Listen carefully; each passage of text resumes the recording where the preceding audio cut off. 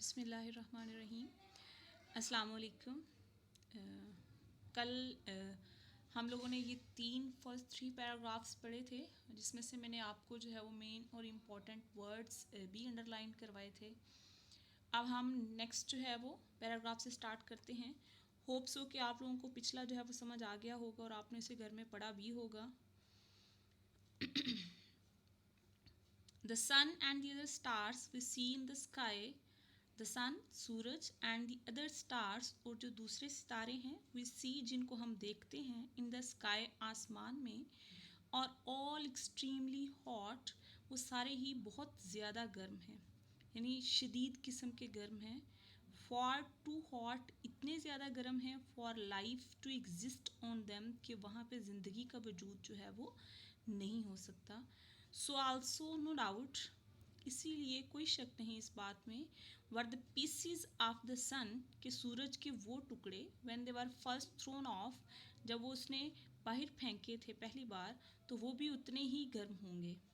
यानी पीछे हमने देखा कि जब एक स्टार जो है वो वॉन्डरिंग करता हुआ, ब्लाइंडली वॉन्डरिंग करता हुआ सूरज के करीब चला गया, कैसे उसने वहाँ पे टाइड को रेस किया, और जैसे जैसे वो करीब जाता जा रहा था, वहाँ पे जो टाइड्स थी वो आहिस्ता आहिस्ता एक माउंटेन में चेंज हुई, और उसकी कुर्बत से वो माउंटेन जो है वो ऊंची होती जा रही थी, और फिर बाद में जो है वो वहाँ पे इतनी उसने जो है वो पुल की अपनी फोर्स कि वो उसको पीसीस में जो है वो तकसीम हो गई, और उसने सूरज ने उन टुकड़ों को जो है वो बाहर फेंक दिया, और आज तक वो टुकड़े खला में जो है वो सूरज के इर्द गिर्द जो है वो मूव कर रहे हैं, और उनको प्लैनेट्स कहा जाता है, जिसमें से एक हमारी ये ज़मीन भी है। तो वो कहते हैं कि बाकी सारे सितारे भी इतने ज़्यादा गर्म हैं कि उन पे ज़िंदगी का वजूद जो है वो नहीं है, इमेजिन नहीं किया जा सकता कि वहाँ पे कोई लाइफ जो है वो एग्जिस्ट करती होगी। तो बिल्कुल ऐसे ही वो जो टुकड़े सूरज ने फेंके थे वो भी उतने ही गर्म थे। Gradually, Aahista Aahista they became cooler, और आहिस्ता आहिस्ता वो टुकड़े जो है वो ठंडे होते गए, अनटिल यहाँ तक के now they have very little heat, क्या बिल्कुल उनकी थोड़ी सी हरारत बाकी बची थी, of their own left, their warmth coming almost, और उनकी जो गर्मी थी, जो एनर्जी थी, जो हीट थी, कमिंग आलमोस्ट, वो तकरीबन जो है वो इंटायरली मुकम्मल तौर पे फ्रॉम द रेडिएशन, उन शुआओं के ज़रिए थी, या उस एनर्जी के ज़रिए थी, उस हीट के ज़रिए थी, which the sun pours down on them, जो कि सूरज उन पे अंडेल रहा था।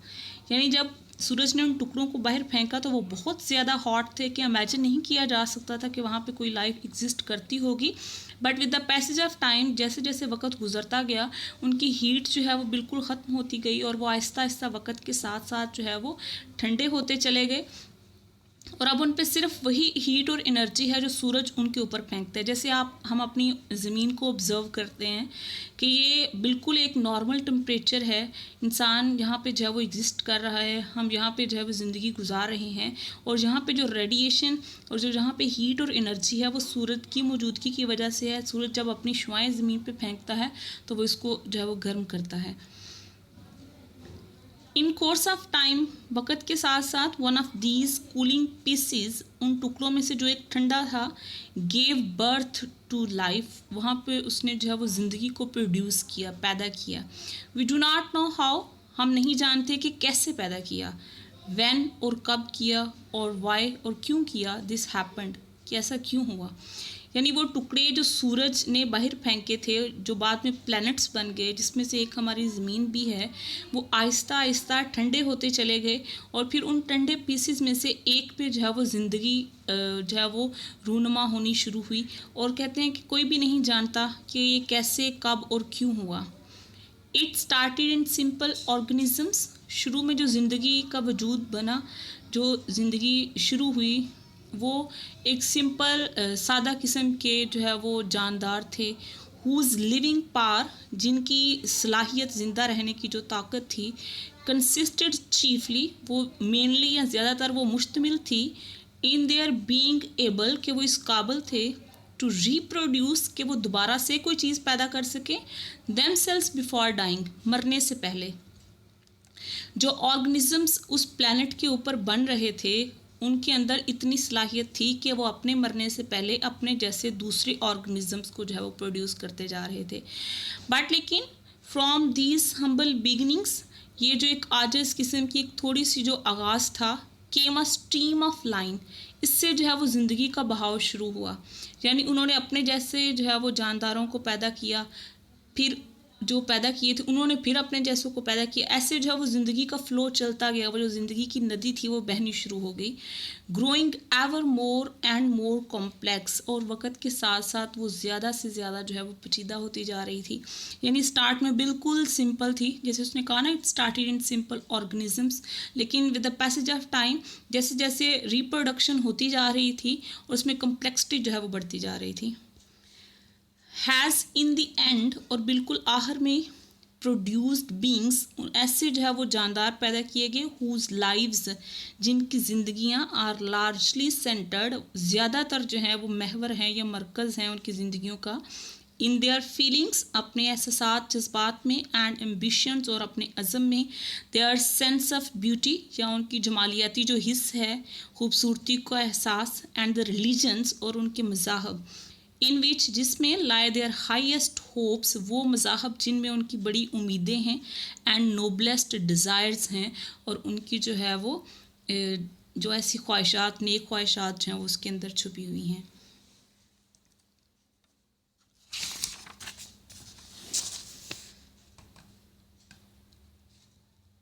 Although we cannot speak with any certainty, अगरचे हम जो है वो यकीन के साथ नहीं बात कर सकते, it seems most likely that, लेकिन ऐसा लगता है जैसे कि द ह्यूमन रेस, ये जो इंसान की नस्ल है, केम इन टू एग्जिस्टेंस, ये वजूद में आई, इन सम सच वे एज दिस, यानी इसमें राइटर जेम्स जीन्स जो है वो ये कह रहा है कि हम यकीनी तौर पे तो ये नहीं कह सकते, लेकिन हम इमेजिन कर सकते हैं कि कैसे इंसानी नस्ल का वजूद भी जो है वो आहिस्ता आहिस्ता ऐसे ही इस दुनिया में आया। Standing on our little grains of sand, और हम ये जो हमारा छोटा सा रेत का ज़र्रा है, ये जो हमारी वर्ल्ड है, हमारी ये अर्थ है, ये बाकी सारी खला में बिल्कुल एक रेत के ज़र्रे की मानद है, और हम इस पे खड़े होके वी ट्राई टू डिस्कवर, हम कोशिश करते हैं कि हम दरियाफ्त कर सकें, डिस्कवर कर सकें, पा सकें, फाइंड आउट कर सकें द नेचर, फितरत को, and purpose of the universe, और इस कायनात की तख्लीक का मकसद, विच सराउंड्स आर होम, वो कायनात जिसने हमारे इस घर को, हमारी इस ज़मीन को घेरा हुआ है, इन स्पेस, खला में, एंड और टाइम, यानी खला में, ज़मानो मकान दोनों में जो है वो इसको घेरा हुआ है। Our first feeling is something like fear, यानी जब हम डिस्कवर करते हैं, हम सर्च करते हैं, फाउंड आउट करने की कोशिश करते हैं कि वाई वी वर क्रिएटेड, हमें क्यों पैदा किया गया, हम कैसे पैदा हुए, कैसे इस दुनिया को तख्लीक किया गया, जब हम अपनी इस ज़मीन की और अपनी इस हकीकत की तलाश करते हैं ना, तो फिर भला सबसे पहले ये फीलिंग, खौफ की फीलिंग जो है वो आती है हमारे जहन में। We find the universe frightening, हमें ये पूरी कायनात बड़ी खौफजदा सी लगती है, बिकॉज ऑफ, क्यों लगती है, because of its immense distances, कि यहाँ पे बड़े जो हैं वो बहुत ज़्यादा फासले हैं, which we do not understand, जो हम नहीं समझ सकते। लास्ट में हमने उसने बताया ना कि एक जो सितारे यहाँ पे बहुत बड़े बड़े जो हैं वो सितारे हैं इस दुनिया में, इस यूनिवर्स में, और हर सितारा जो है वो दूसरे से बहुत फासले में रह के जो है वो मूव कर रहा है, बिल्कुल इतना फासला है जैसे एक बहुत बड़े समुंदर में सिर्फ एक कश्ती जो है वो मूव कर रही हो, और दूसरी कश्ती किसी दूसरे बड़े समुंदर में, यानी आपस में उनका इतना ज़्यादा डिस्टेंस है, और ऐसा कभी बहुत रेयर है कि कभी वो वांडर करते हुए एक दूसरे के करीब आ जाएं। जैसे वो सन की एग्जांपल देते हैं कि एक दफ़ा एक सितारा उसके करीब आ गया। तो कहते हैं जब हम कायनात पे गौर व फिक्र करते हैं, इसके बारे में सोचते हैं, तो सबसे पहला एहसास खौफ का दिल में आता है कि कैसे चीज़ें इतने फासले पे हैं, हमारा सियारा और हमसे जुड़े दूसरे बाकी सियारे और सितारे कितने फासले में, यानी इससे अंदाज़ा करें कि दुनिया जो है वो ये पूरी कायनात कितनी बड़ी होगी। फ्राइटनिंग, हम खौफजदा होते हैं because of the stretches of time, जब हम देखते हैं वक़्त का फैलाव कि कब से इस दुनिया को तख्लीक किया गया है। सो ग्रेट, इतना ज़्यादा है, दैट कि we cannot imagine them, यानी हम तो अपनी इस अर्थ की तख्लीक तक अभी नहीं पहुँचे हैं, और अभी इमेजिन करें कि यूनिवर्स कब से तख्लीक की गई है। तो ये जो वक़्त की इतनी दूरी है, इसका फैलाव है, ये भी खौफजदा करता है। Making the whole of human history, और इंसानी तारीख सारी को जो है वो बना देता है, सो वेरी स्मॉल, इतना छोटा कर देता है इन कंपैरिजन उसके मुकाबलतन। यानी अगर हम यूनिवर्स की तारीख़ के मुकाबलतन इंसानी तारीख़ को देखें तो वो बहुत थोड़ी सी है। यानी इंसान की पैदाइश से हज़ारों लाखों अरबों साल पहले इस कायनात को तहलीक किया गया, तो उसकी तारीख़ जो है वो इससे बहुत पहले किया इंसान, तो बिल्कुल जो है वो रिसेंट एक क्रिएशन है। फ्राइटनिंग या खौफजदा होते हैं बिकॉज आर एक्सट्रीम लॉनलीनेस, अपनी बहुत ज़्यादा तन्हाई से, कि हम इस पूरी कायनात में सिर्फ एक हमारा एक प्लेनेट है जहाँ पे इंसानी वजूद है। बिकॉज ऑफ द लिटलनेस, और हम खौफजदा होते हैं इसके छोटे होने से, ऑफ आर होम, हमारे इस घर के, इस अर्थ के, इन स्पेस खला में, a millionth part of a grain of sand, कि हमारी ये जो ज़मीन है ये कोई 10 लाखवां हिस्सा है इस रेत के ज़र्रे का, out of all the sea sand in the world. यानी इमेजिन करें कि अगर पूरी दुनिया जो है वो रेत का ज़र्रा है, एक समुंदर के ऊपर या साहल की जो है वो रेत है, तो हमारी जो ये ज़मीन है, हमारी ये जो अर्थ है, ये एक छोटा सा रेत का जो है वो ज़र्रा है। बट लेकिन अबव ऑल एल्स, सबसे ऊपर इनके अलावा, वी फाइंड द यूनिवर्स, हम कायनात को पाते हैं फ्राइटनिंग, खौफजदा, बिकॉज क्योंकि we cannot find any sign, हमें कोई भी दूसरी अलामत या कोई सिंबल नज़र नहीं आता, दैट के life like our own exist anywhere in it. यानी हमें कहीं पे भी ऐसा साइन नहीं नज़र आता कि हमारे जैसी ज़िंदगी किसी और दूसरे सितारे या सियारे पर होगी, एक्सेप्ट ऑन द अर्थ, स्वाय ज़मीन के। इंडीड, दर हकीकत, फॉर द मोस्ट पार्ट, ज़्यादातर हिस्सा जो है वो एम्प्टी स्पेसिस, ये जो खाली खला है, इज सो कोल्ड, ये इतना ठंडा है, that all life in it would be frozen, कि वहाँ पे अगर ज़िंदगी हो तो वो मुंजमद हो जाएगी। Most of the matter in space, और जो बाकी सारा जो मवाद है वो स्पेस में, इज़ सो हॉट, और वो इतना गर्म है, as to make life on it impossible, कि वहाँ पे ज़िंदगी जो है वो बिल्कुल नामुमकिन है। Life does not seem to have any part, life does not seem to have any part, ऐसा लगता है कि ज़िंदगी का कोई हिस्सा ही नहीं है। In the plan of the universe, इस कायनात की तहलीक में कहीं पर भी जो है वो ज़िंदगी शामिल नहीं थी। विच प्रोड्यूस्ड आर प्लानिटरी सिस्टम, यानी जिसने भी इस जो है वो सियारे वाले निज़ाम को तहलीक किया है। कैलकुलेशन शोज दैट, सारा अंदाज़ा लगाएं तो ये इस बात का पता चलता है, there can be only very few such systems, कि ऐसे बहुत थोड़े चंद जो हैं वो निज़ाम हैं इन स्पेस खला में। येट, लेकिन so far as we can see, जहाँ तक हम देख सकते हैं, लाइफ ऑफ द काइंड, इस किस्म की ज़िंदगी वी नो ऑन अर्थ, जैसी ज़मीन पर हम जानते हैं, कैन एग्जिस्ट ओनली ऑन, ये सिर्फ जो है वो इसका वजूद है on planets like the earth, ज़मीन जैसे ही किसी दूसरे सियारे पे। It need suitable physical conditions, क्योंकि इसको ज़रूरत होती है बिल्कुल इंसानी ज़िंदगी को जो है वो कायम व दायम रहने के लिए, इसकी बका के लिए, इसको सर्वाइव करने के लिए किस चीज़ की ज़रूरत है? सूटेबल फिज़िकल कंडीशंस चाहिए, मुनासिब किस्म की जिस्मानी हालतें, फॉर इट्स अपीयरेंस, इसकी ज़ाहर के लिए। The most important of which, जिसमें सबसे अहम जो है वो इज़ अ टेम्परेचर, वो दर्जा हरारत है, एट विच, जहाँ पे substances can exist in a liquid state, के जहाँ पे मैटर जो है, जो मवाद है, वो माया की हालत में जो है वो स्टेट एग्जिस्ट कर सके, उसका वजूद रह सके। ओके स्टूडेंट्स, इतनी ही बस जो है वो टेक्स्ट है आज के लिए। Now let's move to the words for synonyms, इस उम्मीद के साथ कि आपने लास्ट वाले जो है वो याद कर लिए होंगे। ओके, नेक्स्ट है इंटायरली। इंटायरली होता है कम्प्लीटली, मुकम्मल तौर पे, इंटायर तमाम होता है, इंटायर का मीनिंग होता है तमाम, होल। गेव बर्थ, पैदाइश करना, प्रोड्यूस करना किसी चीज़ को। चीफली, चीफ जैसे मेन पर्सन है तो मेनली। बिगनिंग्स, शुरुआत, स्टार्टिंग।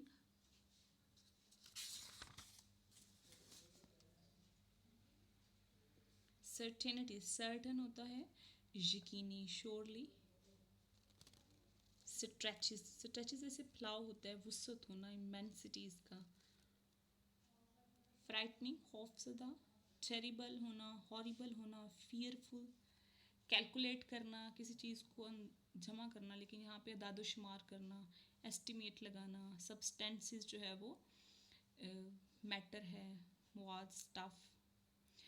ओके, जैसे कि मैंने आपसे कहा था कि अब हम जो है वो साथ साथ क्वेश्चंस भी करेंगे, तो आज आज हम क्वेश्चन जो है वो स्टार्ट करते हैं इसके साथ। होप सो कि ये आपके लिए डिफ़िकल्ट नहीं होगा, क्योंकि आपने जस्ट टेक्स्ट को जो है वो एक दफ़ा वहाँ से गो थ्रू करना है।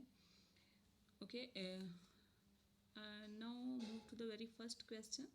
How is it that a star seldom finds another star near it? ऐसा क्यों है कि एक सितारा जो है वो कभी कभार किसी दूसरे सितारे पे करीब आता है? कैसे आता है? ये बिल्कुल हमने स्टार्ट में पढ़ा कि all the stars are wandering. हमने पढ़ा ना कि यहाँ पे millions of the stars are wandering about in space.